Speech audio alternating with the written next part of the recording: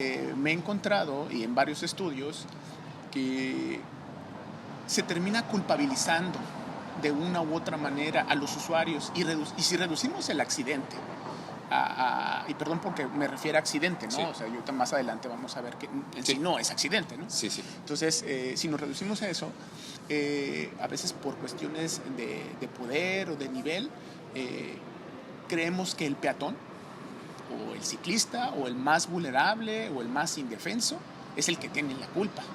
Entonces trato como de alejar un poco el foco de atención sobre las conductas y eliminarnos a solo un hecho, ¿no? O sea, es como decir, unifactorial es que uno de los dos se equivocó y esta culpabilización pues no ayuda de una u otra manera a reducir los accidentes, ¿no?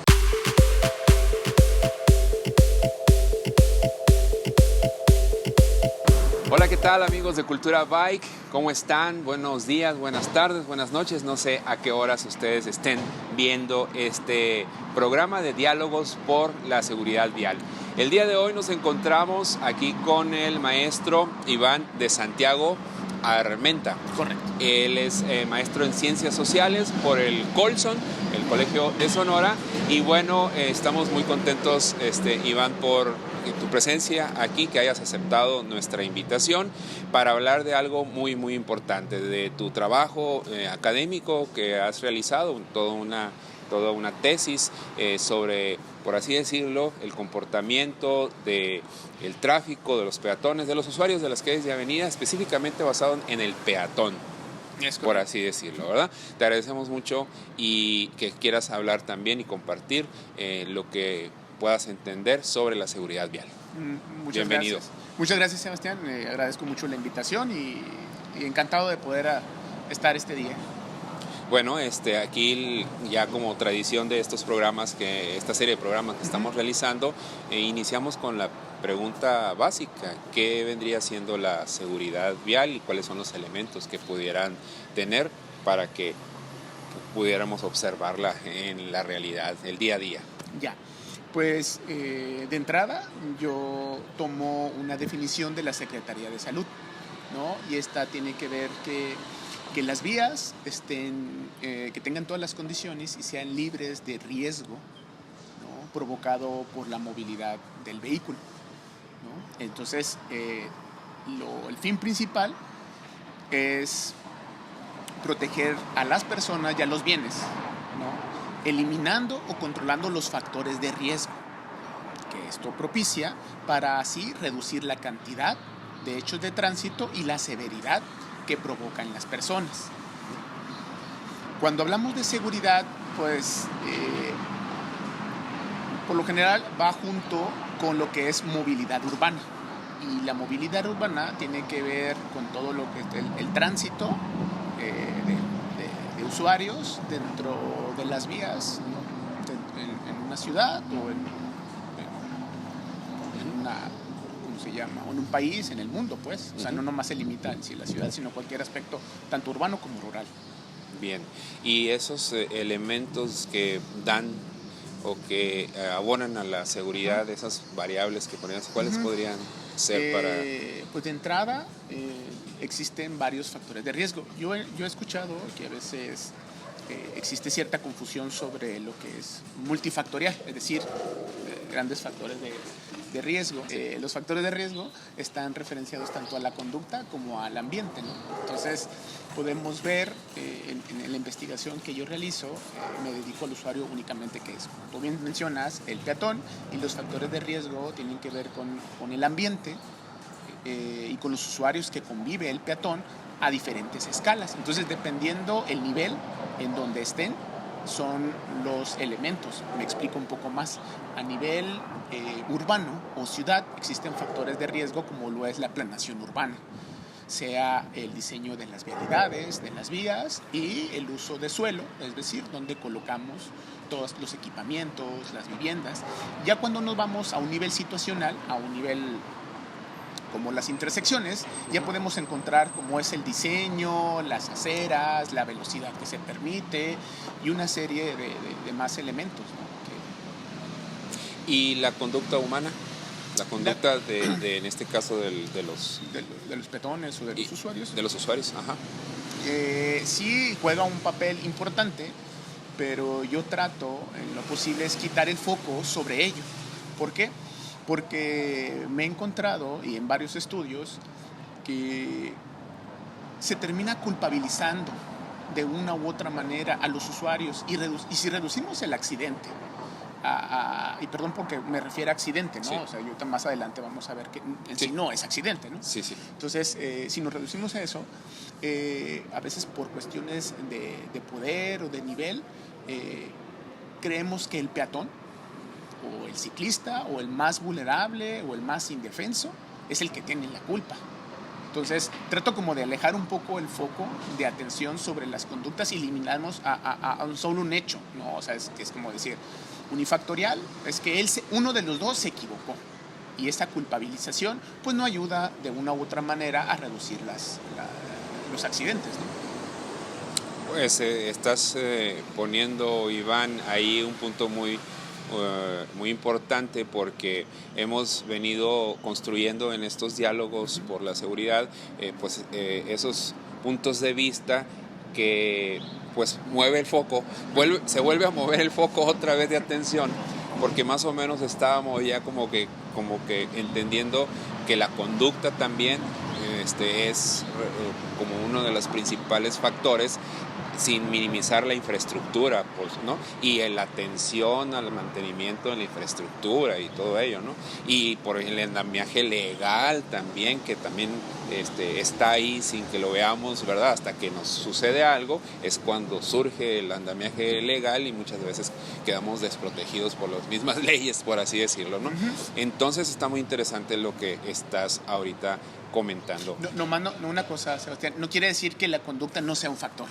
Ajá, simplemente es como quitarle como toda esa atención, sí. ¿no? Y sobre todo porque también lo podemos ver en todas las estrategias para reducir, siempre están enfocados a la conducta y exclusivamente a la conducta del conductor, ¿no? Entonces, es decir, vamos a reducir los accidentes, que el conductor no tome, que el conductor use el cinturón de seguridad, ¿no? Entonces, y ya dice, ¿y los demás qué? ¿No? Sí, y los demás factores y precauciones que debemos de tener, uh-huh. Pues nomás nos limitamos a la conducta de. Uh-huh. Bien, ¿no? Sí, bien, interesante. ¿Podrías comentarnos un poco de tu tesis, así en general, los objetivos de tu trabajo académico, que es el motivo también de que estemos aquí platicando el día de hoy? Pues mira, la tesis se titula Las tipologías del accidente, ¿no? Es un análisis socioespacial a la estructura urbana de Hermosillo del 2014 al 2017. En otras palabras, o más sencillas, es agrupar por una parte a las víctimas, ¿no? Para identificar en la estructura urbana todos aquellos puntos, intersecciones más riesgosos referidos a la persona, a su sexo y a su edad, con el fin de mostrar o exhibir la estructura urbana, es decir, cómo construimos toda una ciudad y que eso es un factor de riesgo como tal. Sí. ¿No? Entonces, el diseño de las ciudades. Correctamente, tanto a nivel urbano, o sea, a nivel como situacional. A veces nos situamos nomás, y eso es válido, ¿no? El acercamiento al problema, decir, ¿dónde atropellan más? ¿Dónde existen mayor número de accidentes? Y no referenciamos de acuerdo al tipo de persona, donde esta persona es más vulnerable aún. Es decir, por edad, las personas, los infantes, las personas mayores de 65 años, donde sufren mayores colisiones. Entonces, porque a fin de cuentas terminamos construyendo una ciudad que en teoría es para todos, pero es para unos pocos. Uh-huh. Bien, y esos lugares, esos espacios están identificados en tu tesis, en tu trabajo, la mayoría, ¿no? Correcto. En el análisis urbano se tomó la base de datos de la Policía de Tránsito Municipal. Entonces se hicieron 4 tipologías y cada tipología contiene con 10 cruceros potencialmente riesgosos para ese tipo de gente, tomando en base ya los accidentes que han ocurrido, ¿no?, en esos años. Bien. Y ahí como propuesta, modificaciones en el diseño de las calles, o tiene que ver con otro tipo de estrategias, no sé si difusión de esta prevención, señalización, reducción de la velocidad, etcétera. ¿Por dónde va la solución si se planteó en tu trabajo? Sí se planteó. Si bien no se llega a un proyecto puntual, sí hay una serie de recomendaciones a estos dos niveles, ¿no? Entonces, dependiendo de la ubicación en la ciudad y el tipo de vía, el uso de suelo, se toman de otros estudios recomendaciones para poder reducir, que tiene que ver de entrada la velocidad, ya sea, no importa el nivel que sea, ¿no? O sea, si es urbano situacional, es reducir la velocidad y fomentar los diferentes tipos de movilidad, ya sea ciclista, motociclista y peatón. Bien, pero también hay algo que nosotros hemos visto por experiencia de ser ciclistas urbanos y a veces peatones también, de que aunque esté marcada la velocidad, aunque esté pintada las líneas y haya señalamiento vertical, etcétera, vuelvo a la conducta, no respetamos. Entonces, ¿cómo hacerle allí en ese sentido, ¿no? Con un cambio de infraestructura, con una restauración de la infraestructura, ¿encontraste tú algunas soluciones al problema de la inseguridad vial? Sí, muy ad hoc el sí término. Está bien planteado, sí lo comprendemos. Sí, correcto. Sí. Sí se identificaron elementos físicos propios, ¿no? O sea, no más delimitarnos a una señalización, a un señalamiento vial, sobre todo porque, como mencionas tú, no hay un respeto, y podemos encontrar la dimensión de las aceras, podemos encontrar el ancho de las calles. El ancho de las calles. Un hallazgo que si bien no lo planteé en la tesis, pero sí me di cuenta, es que el conductor, mencionaba Jeff Speck, que entre más libre esté la vía, es más fácil que él pueda alcanzar una velocidad mucho más alta. Entonces, entre más elementos tenga, mayor precaución va a tener. Me explico. Por ejemplo, ahorita estamos en una plaza, sí, donde tiene acceso vehicular, ¿no? Este pequeño carril. No está tan delimitada la banqueta como en otras, y puede pasar motociclistas, ciclistas, conductores y peatones. Pero hay una serie de elementos físicos que no permiten grandes velocidades, porque uno tiene que manejar con precaución. Entonces, las recomendaciones también tienen que ver en ese sentido, ¿no? Entonces es ir creando, por ejemplo, no necesariamente vías rectas, hay lo que se llaman chicanas, entonces permiten como una especie como de eses, ¿no? O sea, o de zigzags para el conductor, para que en distancias no sean tan largas, entonces tenga que estar deteniéndose, tenga que estar cambiando de dirección, ¿no?, para que no pueda alcanzar velocidades muy altas. Eso es un ejemplo con el que se pueden reducir la velocidad, o hay una especie de topes que son a veces aquí estamos más bien como muy altos, ¿no? ¿No? Sí. Y muy angostos, pero los norteamericanos buscan extenderlo, entonces el tope se vuelve mucho más largo, ¿no?, dependiendo de la velocidad, para que el carro tampoco, el vehículo no sea dañado, ¿no? Entonces le vas agregando al conductor una serie de elementos que él tiene que poner atención. Entonces ya no permite ¿cómo se llama?, una velocidad muy alta, ¿no?, como lo podemos ver en Solidaridad, Camino del Seri, ¿no?, que parece como autopistas. Exactamente, parecen autopistas. A mí me tocó cuando el Camino del Seri ya lo pavimentaron con concreto hidráulico. el antes y el después, y se notó inmediatamente, lo noté, me acuerdo muy bien, el aumento del ruido, los decibeles, ¡fum!, así, ¿no? Y la velocidad inmediatamente dejó de ser un lugar tranquilo allá cuando estaba, aunque había carretera, pero era como que un poco más, así como lo estás describiendo, o sea, como que había más obstáculos, por así decirlo, para llevar una velocidad constante y moderada, por así decirlo, y ahora pues es todo lo contrario, ¿no? Sí, y esto evidencia un poco más el hecho de que la ciudad, como te comenté ahorita, no es para todos, es para algunos pocos, ¿no? Porque si bien todos cabemos aquí, ¿no? En este espacio urbano,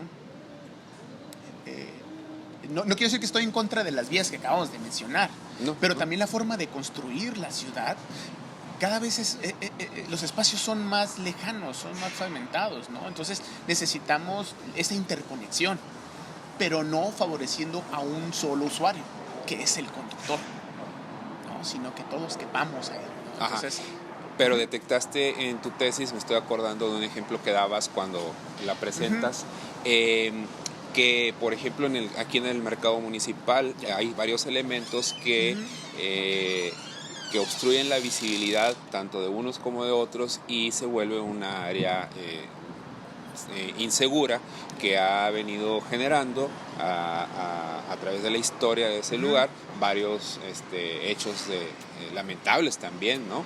Entonces, por ejemplo, la carga y descarga de los insumos que se venden dentro del mercado, los camiones a veces no dejan ver a los peatones o a los conductores, y es ahí cuando viene el hecho de tránsito, ¿no? Por ejemplo. Correcto, y esto aumenta... Y esta zona de la ciudad que por tradición conglomera a ciudadanos hace que también sea como una especie de caldo de cultivo, cambiando o poniendo la idea de lo que dices tú de las distancias largas, por ejemplo, que son para los automóviles, y acá debería de ser una zona peatonal, por así decirlo, con baja velocidad y con todos estos, por así, elementos que reduzcan la velocidad, y no lo es muchas veces en los centros de las ciudades, ¿no? Bueno, creo yo que debería de ver en el centro de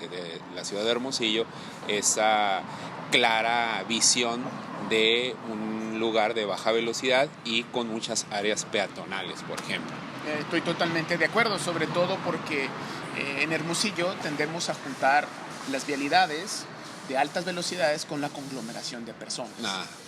Entonces, eso es lo que quería. Totalmente. Entonces, las probabilidades, estoy totalmente de acuerdo, se convierten en un caldo de cultivo y se dan todos estos factores de riesgo. Entonces, vamos aumentando la probabilidad.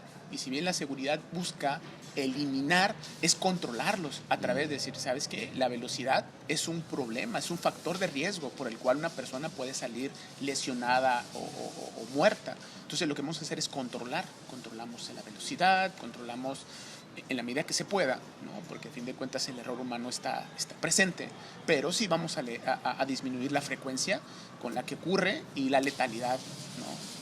O la severidad, perdón, del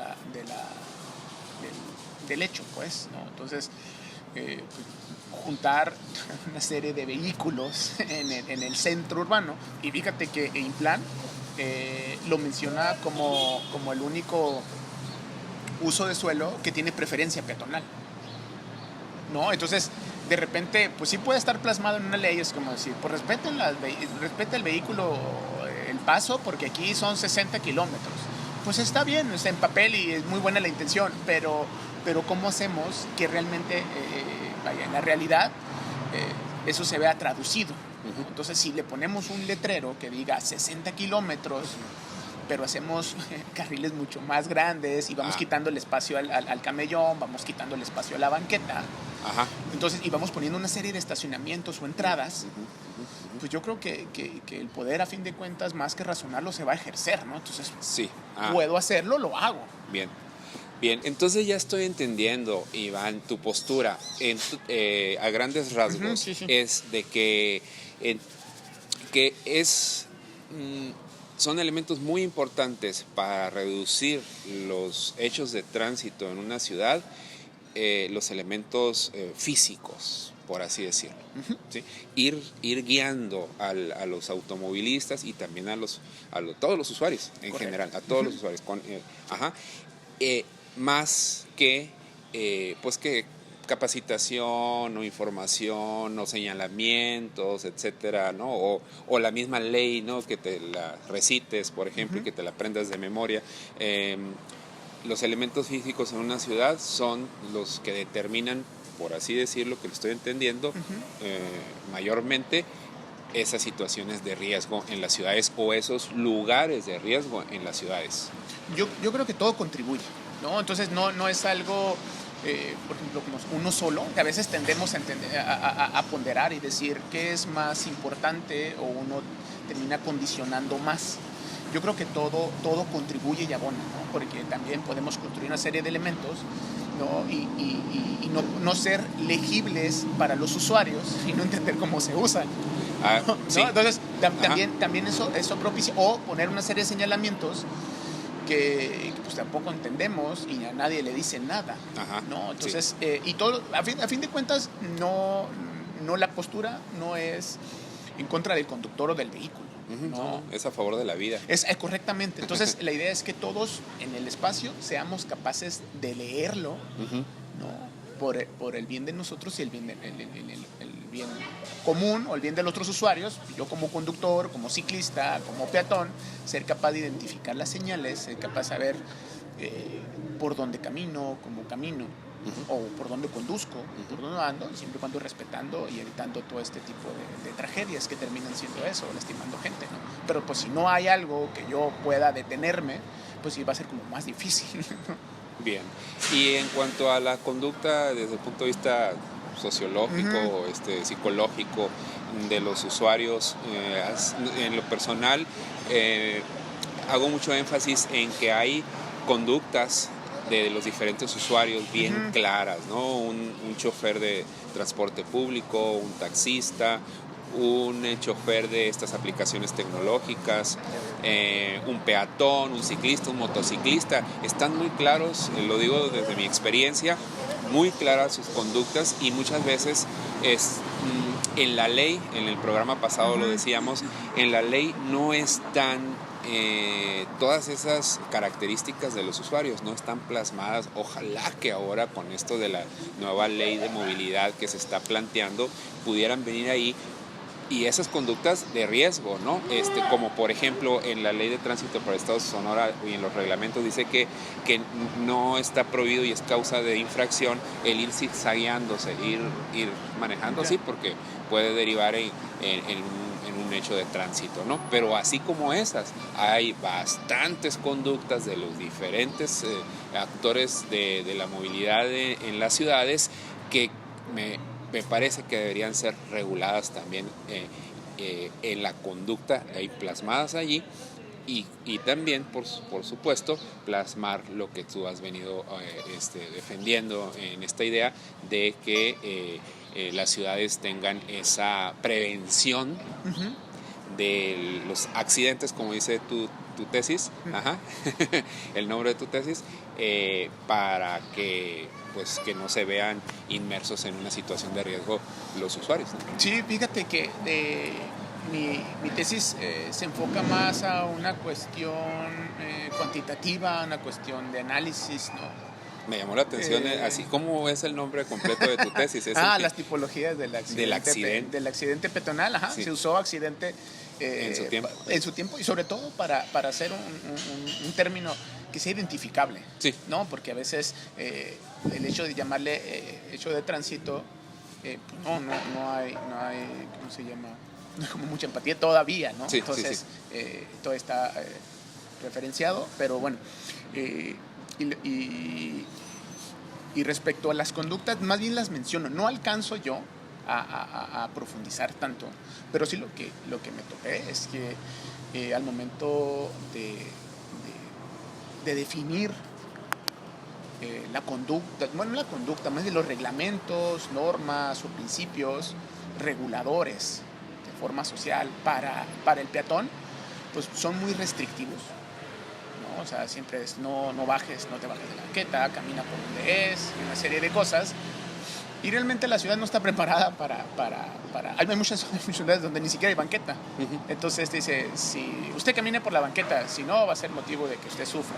Pues sí, pero ¿por dónde camino si no hay? No hay, ¿no?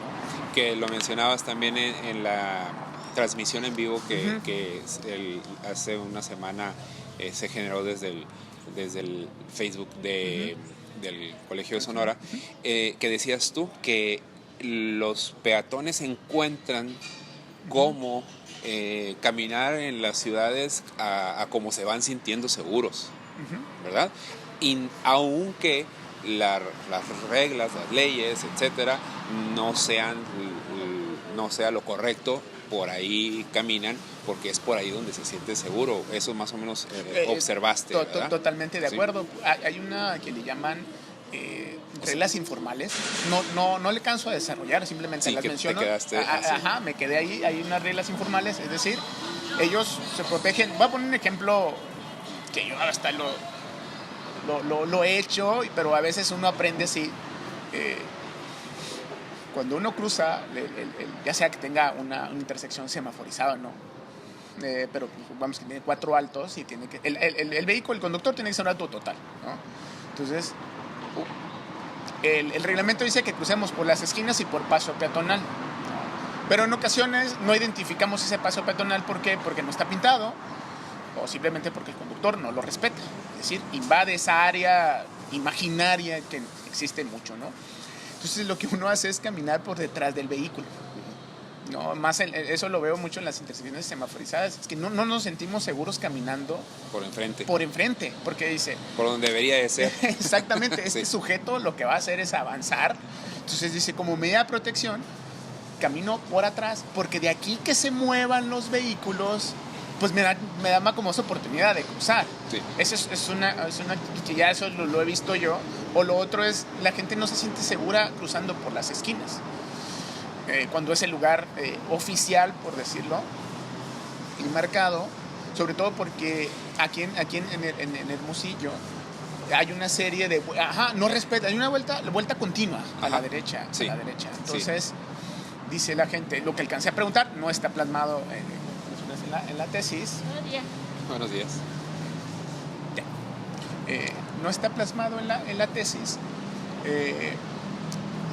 como así tan profundo, pero los peatones, y yo lo alcancé a preguntar, dice, no, es que si yo cruzo por las esquinas no tengo oportunidad de ver al vehículo. En cambio, si yo cruzo un poquito más allá, donde no es permitido, ya tengo forma de medir, ¿no? De visibilizarlo.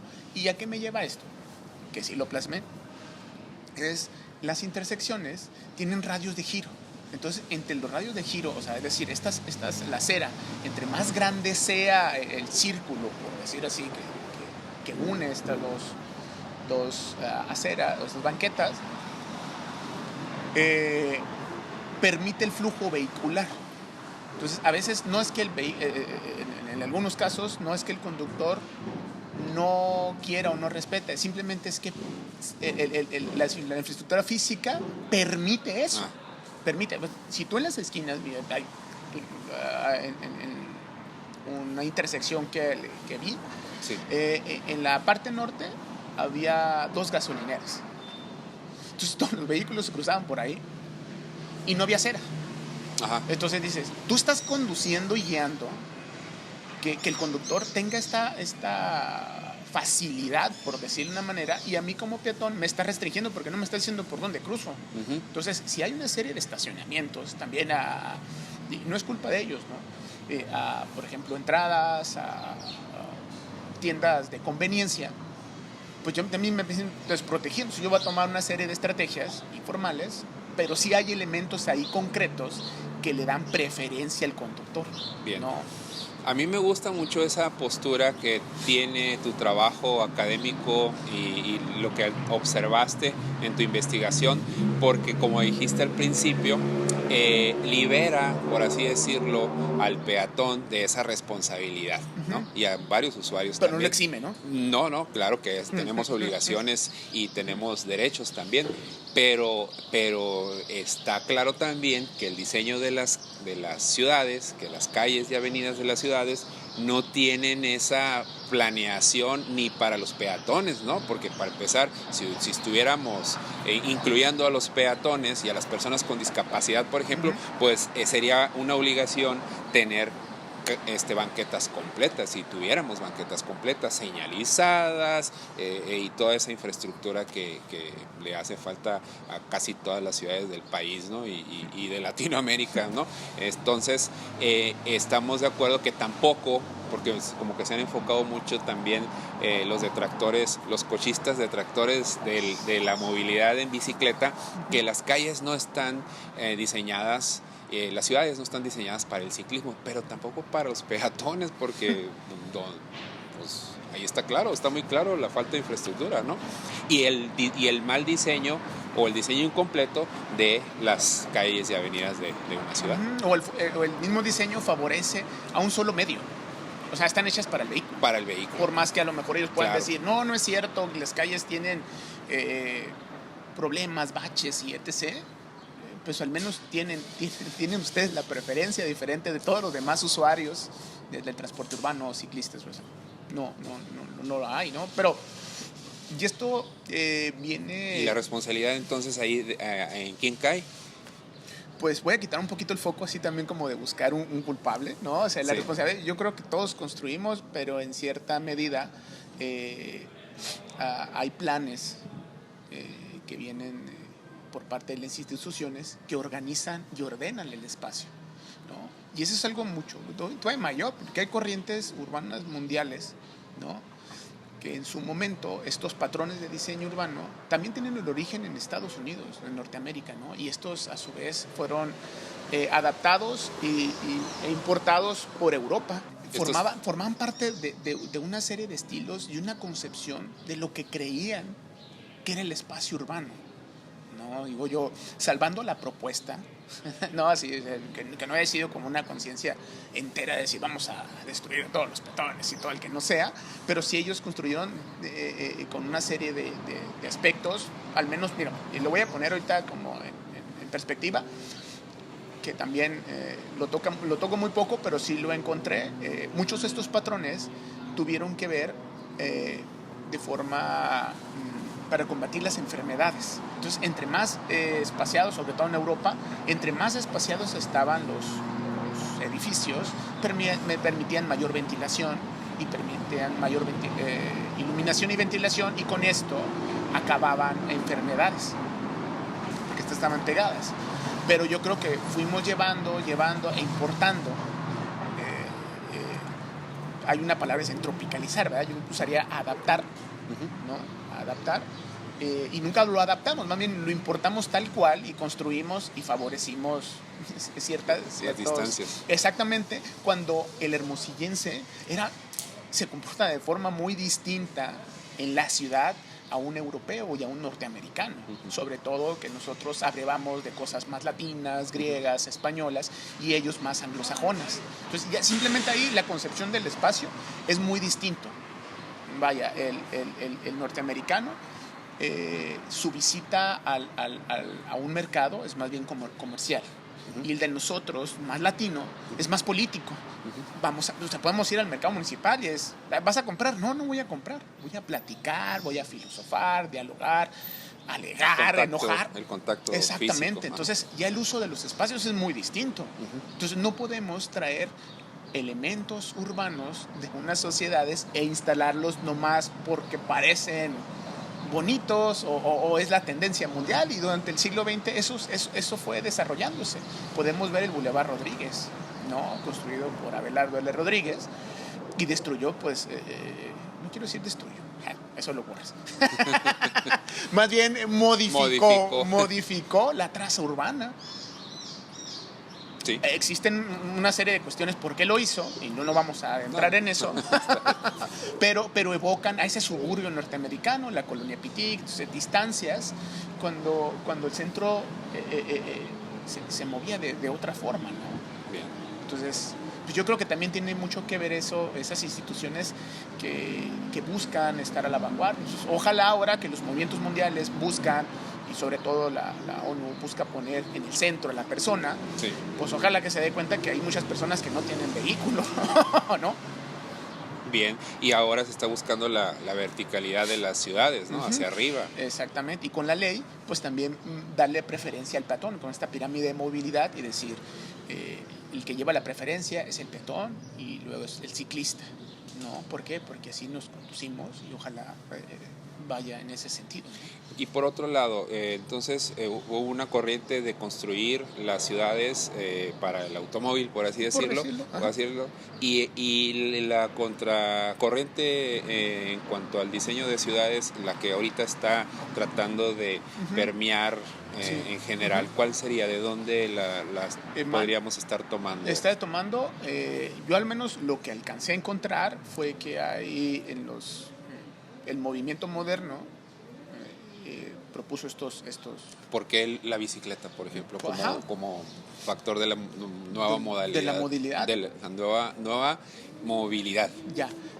Cuando se imponen por decir que se imponen o se trabajan estos patrones urbanos, también hay contrapartes. Y en la época de los 60 hay una serie de arquitectos, sociólogos urbanos, como Jane Jacobs, como Kevin Lynch y demás, que se contraponen a este movimiento o a este hegemónico de construir las ciudades.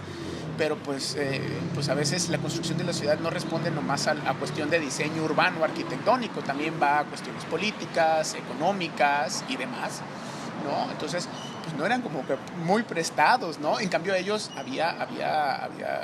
luchaban y tenemos el ejemplo de Portland y creo que parte de Seattle, y ellos en San Francisco, ¿no? Entonces ellos buscaban utilizar, aquí somos los ciclistas, acá somos los peatones, ¿no? Entonces ha habido como esta resistencia de yo creo que de unos 50 años, ¿no? Y que han luchado, y ellos, no digo que ellos con ellos han empezado, a lo mejor mucho antes, ¿no? Pero pues no había dado esta promoción a ello, ¿no? Entonces yo creo que ya se empezó a dar cuenta que estas cuestiones económicas, políticas, pues dejan de ser sustentables, ¿no? Muy bien. Yo creo que por ahí va. Sí, muy bien. Iván, estamos ya cerca del tiempo de terminar esta charla. ¿Algunas conclusiones finales? ¿Algo que no te haya preguntado que quieras abordar? De abordar. ¿O recomendaciones? ¿O por dónde más o menos tendría que ir la...? Ay, qué buena pregunta. Pues yo creo que a mí me quedo con que si bien hay una serie de factores que están fuera de uno, ¿no? Como la intervención en el espacio urbano, o sea, es decir, yo por mí mismo voy a hacer una banqueta, por mí mismo voy a hacer un tope, por mí mismo voy a poner, igual lo puedes hacer, ¿no? Pero la participación ciudadana, colectiva, política, y cuando digo política no es partidista, ¿no? Sino política de irnos juntando como sociedad, y sobre todo los que no estamos de acuerdo con lo que hay. Entonces yo creo que es un buen inicio que uno como hermosillense puede decir, yo no estoy conforme con esto, yo no estoy conforme con lo otro, porque a veces permea un pensamiento de solo la gente actúa cuando le pasa algo, ¿no? Entonces, pues ya digo, a mí no me ha pasado, no me han atropellado hasta el momento, no he sufrido un accidente, un hecho de tránsito así. Pero pues yo creo que podemos irnos construyendo y juntando y sobre todo reconociendo una serie de asociaciones, grupos, personas como tú, Sebastián, y demás gente que hay, de irnos contactando, moviendo para que nos escuchen, ¿no? Entonces, y que de una forma política participemos en los debates, nos interesemos, ¿no? Y buscar, yo creo que como por ahí empieza, ¿no? O sea, con eso me quedo. Y exigirle a las autoridades una serie de cuestiones, de decir, bueno, pues sabes que necesitamos más detalle espacial, no necesitamos más estacionamientos, ¿no? Necesitamos que estas ciclovías no sean temporales, que sean permanentes y que no sean nomás con estas barreras, que sean barreras fijas y que protejan a cualquier persona, ¿no? Digo yo, hasta el momento, ¿no? A lo mejor va a haber un momento en que digan, ya no necesitan esas protecciones, bueno, a lo mejor, pero ahorita necesitamos separarlos del espacio porque no hay un respeto, hay un dominio de un usuario sobre todos los demás. Muy bien, pues muy interesante, Iván, muchas gracias por venir, aceptar nuestra invitación a dialogar, a platicar, a charlar sobre la seguridad vial. Y bueno, nos queda claro que todos los elementos que en este caso que han aportado nuestros invitados a estos diálogos son válidos, suman totalmente, ¿verdad? Sí, y tampoco no nos podemos cargar hacia un lado o hacia el otro, sino que más o menos ponernos en el centro equilibradamente y con base en ello construir la idea de la seguridad vial que la podamos entender. ¿Y para qué? Para ponerla en práctica, ¿no? Entonces, sí. Y sobre todo matizado por las experiencias de quienes la viven, ¿no? En este caso, tú por ser ciclista, gente por ser motociclista, por defender, ser abogado, ser parte de colectivos. Entonces, todo eso va matizado y va construyendo este conocimiento que puede servir, porque falta voluntad política, para aquellos que toman decisiones y que viven a veces ajenos a una serie de realidades que se están dando. Ajá. Entonces, muy bien. Pues gracias, Iván, por esta participación tuya aquí en Diálogos por la Seguridad Vial, y muchas gracias a ustedes, amigos y amigas que nos ven. Estamos ya llegando al final de este programa y bueno, si tenemos algo más que compartirles, lo hacemos en el próximo programa. Gracias y nos estamos viendo. Bye bye, que estén bien.